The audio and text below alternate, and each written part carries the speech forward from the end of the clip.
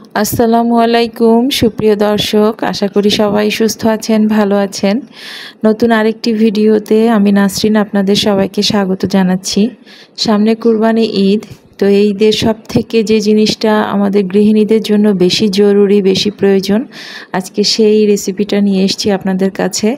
আর এটা বাজার থেকে কিনতে কত টাকা যে গুনতে হয় সেটা আমি খুব ভালোভাবেই জানি। তো যাই হোক, আর কথা বাড়াবো না, রেসিপিটা আপনাদের সাথে শেয়ার করি। আসলে এটা কোনো রেসিপি না, আজকে গরম মশলা, শাহি গরম মশলা কিভাবে তৈরি করবেন বাসাতে, আজকে সেটাই আপনাদের সাথে শেয়ার করব। প্রথমে মশলা নিয়ে নিয়েছি, দেখতে পাচ্ছেন এখানে দারচিনি, তেজপাতা, শুকনো মরিচ, কালো এলাচ, স্টার অ্যানিস এবং জয়ফল আছে। তো এই মশলাগুলো বড় দানার মশলা এবং এর সাথে আরও যে মশলাগুলো অ্যাড করব সেগুলো আমি দিয়ে দিব। সব কিছু 1 টেবিল চামচ পরিমাণ। এখানে ছোট এলাচ নিয়েছি 1 টেবিল চামচ, সাদা গোলমরিচ নিয়েছি 1 টেবিল চামচ, কালো গোলমরিচ 1 টেবিল চামচ, লবঙ্গ দিয়ে দিয়েছি 1 টেবিল চামচ। এটা হচ্ছে কাবাব চিনি। অনেকে কাবাব চিনিটা চিনতে পারেন না। গোলমরিচ এবং কাবাব চিনির ভিতরে পার্থক্য হচ্ছে এরা দেখতে একই রকম, কিন্তু কাবাব চিনির একটু লেজ আছে।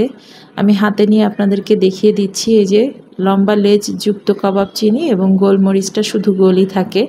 তো এটা বড় মুদিখানা দোকানে আপনি পেয়ে যাবেন। তারপরে জয়ত্রী নিয়েছি 1 টেবিল চামচ এবং এটা হচ্ছে জয়ফল। এখানে আমি 2টো জয়ফল নিয়েছি, 1 টেবিল চামচ পরিমাণ হয়, এরকম মাপ করে নেব। তো আমি জয়ফলের ভেতরে যে অংশটা থাকে এটা নিতে হবে, উপরে খোসাটা আমি উঠিয়ে ফেলেছি। তো এই ভেতরের অংশটা আমি ছোট যে গ্রেটার আছে, গ্রেটার দিয়ে আমি গ্রেট করে নিব এবং 1 টেবিল পরিমাণ আমি মেপে নিব। যতটুকু হয় আমি ততটুকুই নিব, এর বেশি নিব না। তো জয়ফলটা আমি গ্রেট করে আপনাদেরকে দেখাচ্ছি। আমি এই গ্রেটারের সাহায্যে গ্রেট করে 1 টেবিল চামচ পরিমাণ মাপ করে নিয়েছি জয়ফলটা।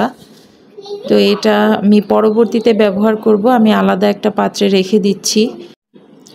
এটা আলাদা পাত্রে রেখে দিয়ে এখন আমি ছোট দানার যে মশলাগুলো আছে সেগুলো নিয়ে নিচ্ছি। এখানে জিরা নিয়েছি আমি 4 টেবিল চামচ পরিমাণ জিরা এবং 8 টেবিল চামচ পরিমাণ ধনিয়া নিয়েছি, আস্ত ধনিয়া। সেই সাথে 1 টেবিল চামচ পরিমাণ মৌরি নিয়েছি, মিষ্টি জিরা অর্থাৎ। তো এই মশলাগুলো আমি আলাদা রেখেছি এবং বড় যে মশলাগুলো, বড় বড় সাইজ, এই মশলাগুলো আলাদা রেখেছি, কারণ এগুলো একসাথে ভাজা যাবে না, তাহলে সবগুলো ঠিক মতন ভাজা হবে না। আমি প্রথমেই শুকনো মরিচটা দিয়ে দিচ্ছি, কারণ এটা ভাজতে একটু বেশি সময় লাগে। এবং সবথেকে গুরুত্বপূর্ণ বিষয় হচ্ছে এই মশলাগুলো ভাজার সময় আপনার চুলার ফ্লেমটা এমন অবস্থায় রাখবেন, আপনার চুলার সবথেকে লো হিট যেটা থাকবে আপনি সেখানে রাখবেন। চুলার আঁচ যদি বাড়িয়ে দেন তাহলে মশলাগুলো খুব দ্রুত পুড়ে যাবে অথবা খুব দ্রুত কালার চেঞ্জ হয়ে যাবে, তখন কিন্তু মশলার ফ্লেভার এবং টেস্ট কোনোটাই ভালো থাকবে না। একদম লো হিটে চুলার প্যানটা গরম হয়ে গেলে মশলাগুলো আস্তে আস্তে চুলার হালকা তাপে গরম হবে এবং মশলা থেকে খুব সুন্দর একটা অ্যারোমা যখন বের হবে তখন চুলাটা অফ করে দিবেন। সাথে সাথে চুলাটা বন্ধ করে দিবেন। মশলাগুলো ঠান্ডা হয়ে গেলে কিন্তু অটোমেটিক মশলাগুলো মুচমুচে হয়ে যাবে। আমি কিন্তু চুলাটা বন্ধ করে দিয়েছিলাম অনেক আগেই। এখন বাকি মশলাগুলো ভেজে নিব হালকা আঁচে।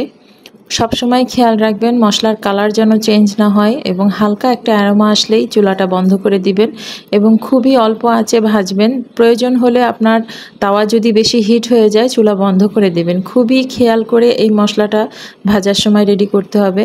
আমি কিন্তু এই পর্যায়ে চুলাটা বন্ধ করে দিয়েছি এবং এই যে জয়ফলের যে পাউডারটা করেছিলাম গ্রেটার দিয়ে, এটা কিন্তু জাস্ট আমি মিশিয়ে নিয়েছি চুলা বন্ধ থাকা অবস্থায়।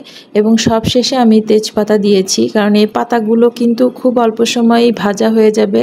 আর তেজপাতার পরিমাণ একটু বাড়িয়ে কমিয়ে দিতে পারবেন। আমরা কিন্তু রান্নার সময় এক্সট্রা তেজপাতাও ব্যবহার করে থাকি, যার কারণে আমি এখানে এই কয়টা তেজপাতা নিয়েছি। আপনি চাইলে আর একটু বাড়িয়ে দিতে পারেন, কোনো প্রবলেম নাই। গরম মশলার সব কিছুই ঠিক রাখা যায়, কিন্তু কিছু মশলা আছে যেগুলো একটু বাড়িয়ে দিলে সমস্যা হয় না, তার মধ্যে তেজপাতা একটা। আর দারুচিনিও কিন্তু একটু বাড়িয়ে দেওয়া যায়, কারণ দারুচিনির ফ্লেভারটা কিন্তু খুব ভালো লাগে। তো তেজপাতাটা আমি আলাদা করে আমি এভাবে ছড়িয়ে ছিটিয়ে রেখেছি। এটা চুলার তাওয়ার তাপেই কিন্তু মুচমুচে হয়ে যাবে। এখন এটা মুচমুচে হতে হতে আমি ব্লেন্ডার করতে চলে গেছি। প্রথমেই আমি বড় দানার যে মশলাগুলো ছিল সেগুলো ব্লেন্ডার করে নিয়েছি। এরপরে আমি চিকন দানার যে মশলাগুলো আছে সেগুলো ব্লেন্ডার করব। এখন এই যে জিরা ধনিয়াগুলো ব্লেন্ডার করে নেব, সেই সাথে দিয়ে দিচ্ছি 1 চামচ পরিমাণ লবণ এবং এর সাথে আমি তেজপাতাটাও কিন্তু গুঁড়ো করে নিয়েছি। লবণ ব্যবহারের কারণে মশলাটা কিন্তু ভালো থাকবে, নষ্ট হবে না খুব দ্রুত। তো যার কারণে আমি লবণ ব্যবহার করেছি।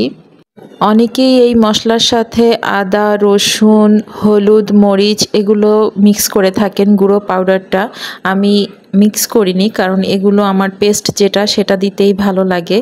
তো আপনারা চাইলে পাউডার মিক্স করে রাখতে পারেন আপনাদের পছন্দ অনুযায়ী। আমি এভাবেই রেখেছি।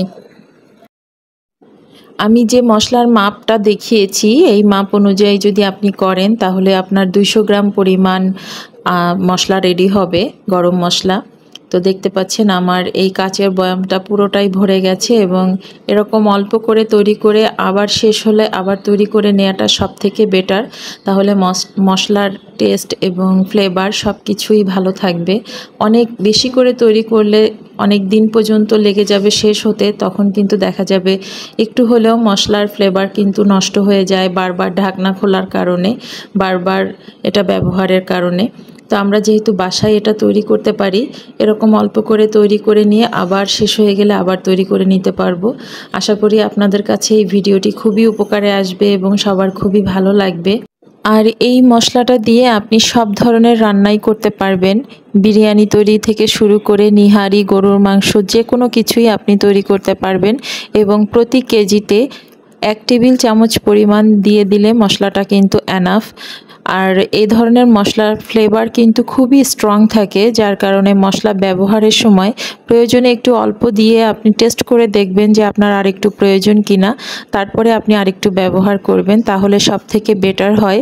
কারণ এই মশলাগুলো যদি আপনি একটু বেশি দিয়ে ফেলেন তাহলে কিন্তু আপনার খাবারের টেস্টটা নষ্ট হয়ে যেতে পারে। এই মশলাটা যদি বেশি ব্যবহার করে ফেলেন তাহলে কিন্তু খাবার তেতোও হয়ে যেতে পারে, কারণ এটা খুবই স্ট্রং ফ্লেভারের একটি মশলা। যাই হোক, আমার ভিডিওটা একটু বেশি লম্বা হয়ে গেছে, তারপরও আপনারা ধৈর্য সহকারে যদি এই ভিডিওটা ফলো করেন খুব সুন্দর একটা রেজাল্ট পাবেন মশলার। আশা করি সবার ভালো লাগবে ভিডিওটি। আর ভালো লাগলে অবশ্যই চ্যানেলের সাথে থাকবেন, সাবস্ক্রাইব করবেন, লাইক দিবেন, কমেন্টস করবেন। সবাই সুস্থ থাকবেন, ভালো থাকবেন। আল্লাহ হাফেজ।